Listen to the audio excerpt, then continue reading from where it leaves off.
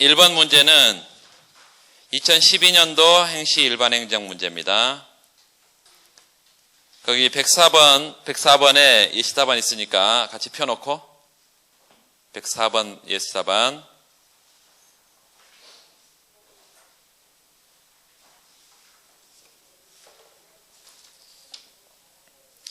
경기 변동의 진폭을 줄이고 경제를 안정화시키는 처방을 논할 때 총공급 곡선의 기울기의 밑줄, 총공급 곡선 기울기, 이거에 대한 학파 간 견해가 다르다. 폐쇄경제하에서 우하향하는 총수요곡선 밑줄 긋고, 총수요곡선은 항상 우하향하죠. 그렇죠. 항상 우하향합니다. 케인즈는 케인즈 법칙으로, 그 다음에 고전학파는 피구효과로 총수요곡선의 우하향을 도출할 수 있고, 총공급 곡선이 수직일 때, 총공급 곡선이 우상향할 때 두 가지로 구분해서 첫 번째 설문을 보면 총공급선의 기울기에 관한 학파 간의 이론적인 배경을 설명해라. 두 번째 고찰 기간, 단기적인 시각이냐 장기적인 시각이냐, 또 요소시장 상황, 경쟁시장이냐 불안정 경쟁시장이냐, 물가에 대한 기대 형성, 이게 합리적 기대냐 정태적 기대냐 적응적 기대냐, 이런 기대 형성, 이거에 따라서 비교 설명해라. 제일 좋은 건 뭐라고요? 학파간이니까 이거를 이론적인 배경, 고찰기간 이렇게 목차를 잡는 것보다는 학파를 중심으로 목차를 잡는 게 좋겠고, 그 예시답 한번 보세요. 첫 번째 고전학파의 총공급 곡선, 그리고 여러분 고전학파의 총공급 곡선이 수직인 그 근거들에 대해서 잘 써주면 좋겠습니다. 그 최소한 이거 길지도 않잖아요. 이거 다 그동안에 내가 잘 정리가 안 되어 있다고 생각하면 이 학파 간의 논쟁 이 부분을 잘 정리해서 별표해 놓고 잘 보세요. 첫 번째, 시장의 자동 조정 기능 신뢰. 첫 번째, 자유시장 경제에 대한 신뢰, 무한한 신뢰. 두 번째, 왈라스 시장 청산.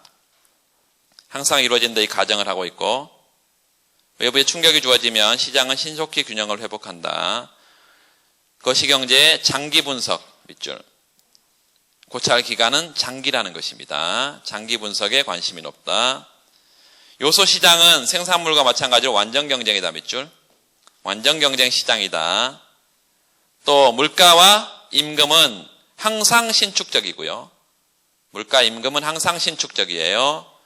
또 경제 주체들은 물가 예측에 대한 완전 예견, 이 단어가 반드시 들어가야 되겠습니다. 완전 예견. 아까 우리가 실질임금 평면에서는 어떻고요? 노동시장의 실질임금 평면에서는 어떻다고? 노동수요 공급곡선이 전혀 움직이지 않고, 명목임금 평면에서는 노동수요 곡선과 공급곡선이 똑같은 폭으로 이동한다. 고용량 변화 없다. 산출량 변화 없다. 완전 예견 때문에. 그래서 완전 예견이란 그거 밑줄 긋고, 두 번째, 이러한 사고를 총공급곡선 수직의 형태로 나타나고, 공급이 스스로 수요를 창출한다. 세이의 법칙. 그래서 경제의 공급 능력을 확충해야 경제 전체의 균형 산출량을 늘릴 수 있다 이것입니다. 수요는 전혀 균형 산출량을 변화시킬 수 없고, 두 번째, 케인즈 총공급 곡선. 먼저 시장이 항상 가격에 의해서 즉시 청산되지 않는다. 가격 변수의 경직성, price rigidity, 가격 변수의 경직성. 불균형이 지속될 수 있다. 또 거시경제의 단기적인 현상에 초점을 맞추고 있다. 요소시장은 불안정 경쟁 시장 구조고, 불안정 경쟁. 기업과 노조의 쌍방 간의 일정한 독점력을 행사할 수 있다. 특히 명목임금은 하방 경직성을 갖는다. 초기 케인즈가 이랬죠. 명목임금의 하방 경직성. 최근에 새 케인즈 학파는 뭐라고 주장하고 있어요? 계약임금 모형 주장해요. 계약임금 모형. 따라서 명목임금은 계약기간 동안에 고정되어 있다는 것입니다. 또 하나 중첩임금 모형. 동시에 임금 계약을 하지 않고 중첩적으로 임금 계약하기 때문에 임금 조정의 무슨 현상? 층차화. 임금 조정의 층차화 현상이 나타난다. 가장 중요한 것은 노동시장의 화폐 환상, 머니 일루전, 명목 변수와 실질 변수를 구분하지 못한다. 시장의 명목 임금은 어떻게 변하는지 알지 자기가 받는 거니까. 그런데 물가 변화에 따른 명목 임금 변화, 이 물가를 모른다는 것입니다. 물가 변화를 수평 또는 우상향하는 총공급 곡선이다 밑줄. 우상향하는 총공급 곡선. 수요는 공급을 창출한다. 수요가 변하면 뭐가 변해요? 균형 국민 소득이 변합니다. 이게 유효 수요 이론이고, 유효 수요 이론은 지난번도 말씀드린 것처럼 이펙티브 디맨드가 있고 이펙티브하지 않는 디맨드가 있는 게 아니고, 균형 국민 소득을 결정하는 데 있어서 수요가, 디맨드가 이펙티브하다는 것입니다. 수요가 유효하다 이런 얘기예요. 공급이 아닌. 통화주의와 세고전 악파의 총공급 곡선. 통화주의, 거기 보세요. 케인즈와 초기 케인즈 악파를 비판해서 통화주의, 세고전 악파가 등장했는데, 단기에는 케인즈의 주장을 받아들이고 있습니다. 공급곡선이 우상향한다. 근데 빠른 시간에 수직으로 회귀한다 이렇게 얘기하고 있고, 통화주의자들은 적응적 기대를 가정하고 있고, 통화주의자들의 노동시장, 노동자 5인 모형이다. 이 노동자 5인 모형이 화폐 환상 모형과 완전히 똑같은 것입니다. 케인즈 악파의 화폐 환상과 이 통화주의의 노동자 5인 모형 똑같은 거예요. 세고전 악파의 합리적 기대, 세고전 악파의 합리적 기대에 기반한 비대칭 정보 모형 또는 불완전 정보 모형, 불완전 정보 모형, 이것 말고 비대칭 정보로 설명하는 책도 있어요. 그래서 근데 세고전 악파는 불완전 정보라고 해서 노동자든 기업이든 다 불완전하다. 그래서 뭐 정운찬저 같은 경우는 노동자의 화폐 환상으로 설명하고 있고요. 뭐를? 세고전 악파의 여기 루카스 선 모형을 기초한 그 MBC 화폐적 경기 변동론을 케인즈의 화폐 환상으로 설명한다니까. 원래 아일랜드 모델의 출발은 뭐예요? 기업의 물가 인지 오류잖아. 그래서 책들이 어떤 거는 이제 기업의, 어떤 거는 노동자의 불완전 정보를 가정하는데, 정확하게 표현하면 둘 다 불완전한 것입니다. 비대칭 정보가 아니라. 그 세케인즈 악파의 총공급 곡선, 합리적 기대를 받아들인다 밑줄. 여전히 노동시장과 재화시장의 가격 경직성이 중요한 역할을 한다. 가장 중요한 노동시장의 가격 경직성 모형 뭐죠?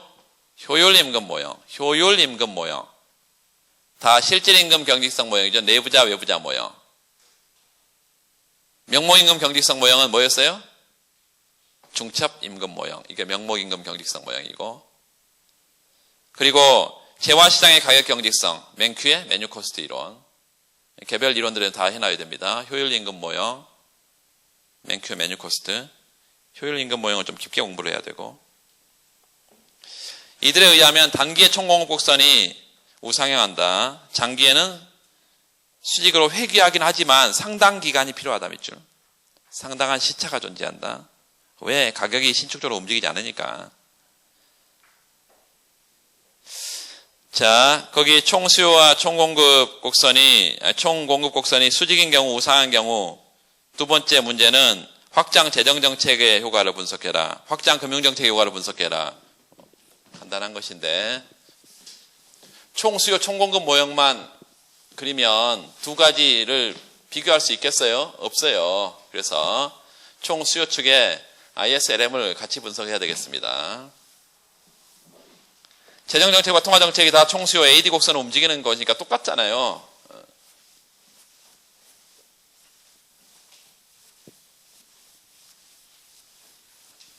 너무 간단한 거지만 확인을 좀 하고 가겠습니다.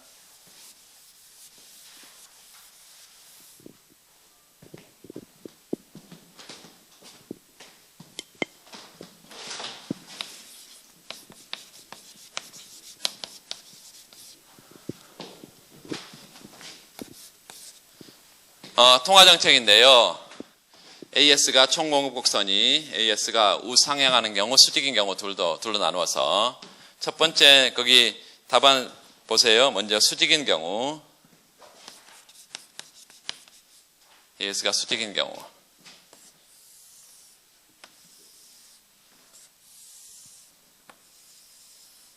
PY 평면에 이런 형태로 AS가 수직이다. AD는 이렇게 생겼다.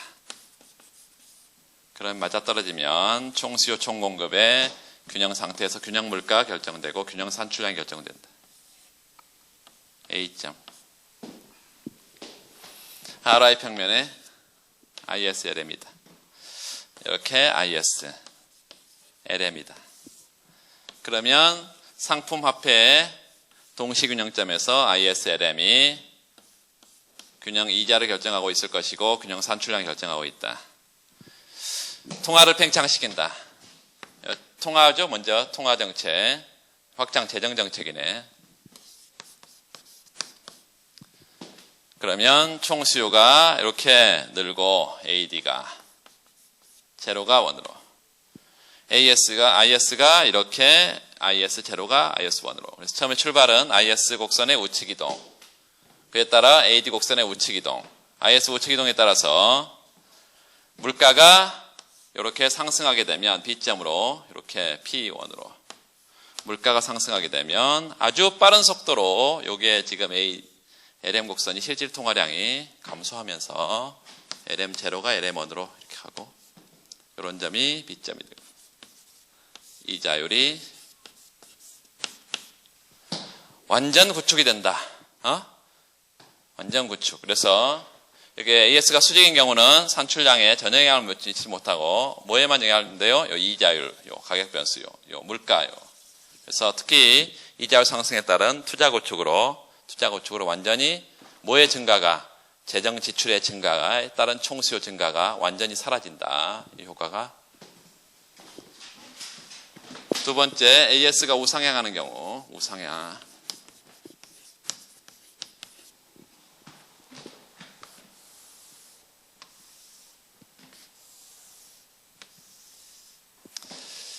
PY 평면에 AD는 우하향하고 AS는 우상향한다.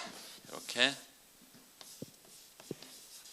그러면 최초의 물가 수준, 산출량 수준, 개형만 좀 그리겠습니다. RY 평면에 IS는 LM은 이렇게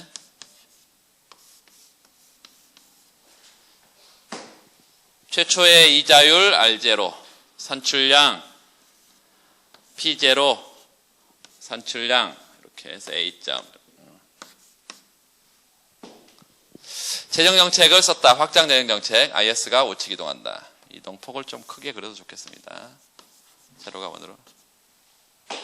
그러면 요 균형점이 산출량이 Y1으로 느는 유효하죠. 지금 일시적으로는. 다시 말하면 AD가 이렇게 IS의 우측 이동에 따라서 AD가 이렇게 우측 이동하게 되면 얘는 물가를 전혀 고려하지 않은 상태니까 물가 변화가 없는 상태에서 균형점이 B점으로 산출량은 어디까지 늘었겠어요? Y1까지 늘었지. Y1까지. 그런데 이렇게 생산물 시장에 초과 수요가 발생하면 물가가 서서히 상승하면서 균형을 P1으로 물가가 산출량은 일정 부분이 감소하고 Y2 수준이 되겠다.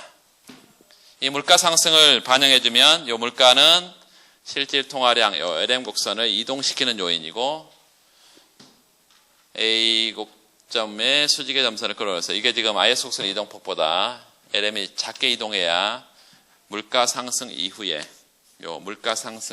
산출량이 늘었겠죠. 그래서 이렇게 이동폭이 작다. 이렇게. LM 원으로, 제로가 원으로 이렇게 해서 이런 점이 C점이 되겠습니다. 산출량은 Y2. 물론 이자율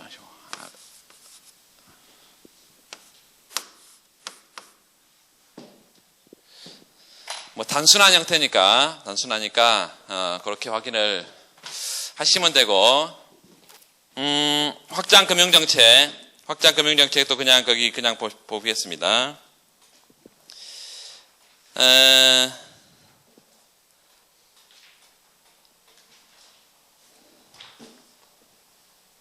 수직인 경우 우상하는 경우 두 개 이렇게 나누어서 그래프가 지금 다 그려져 있으니까 그 공간을 확인하면 첫 번째 수직인 경우 보세요.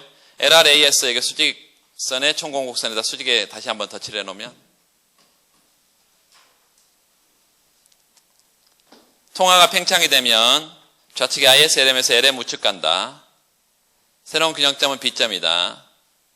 그런데 이 총수요가 AD 곡선이 늘면서 총수요가 증가하면 물가가 상승하고 다시 원래로 회복된다.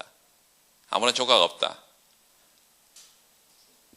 그래서 물가만 상승하고 끝이죠, 지금. 물가만 상승하고. 우상향하는 경우, 총곡선 우상향하는 경우, AD 곡선이 그러니까 LM 곡선이 일단 우측 가고, B점으로 총수요가 늘어서 물가가 상승하면 실질 통화량이 감소하면서 LM 곡선이 좌측으로 가는데, 보니까 우상향할 때는 결과적으로 산출량이 증가해야 되기 때문에 LM 곡선의 좌측이 원래 수준으로 돌아오지 않고 중간에 걸리겠죠. 너무 단순한 거니까. 그건 그렇게 하면 되겠고.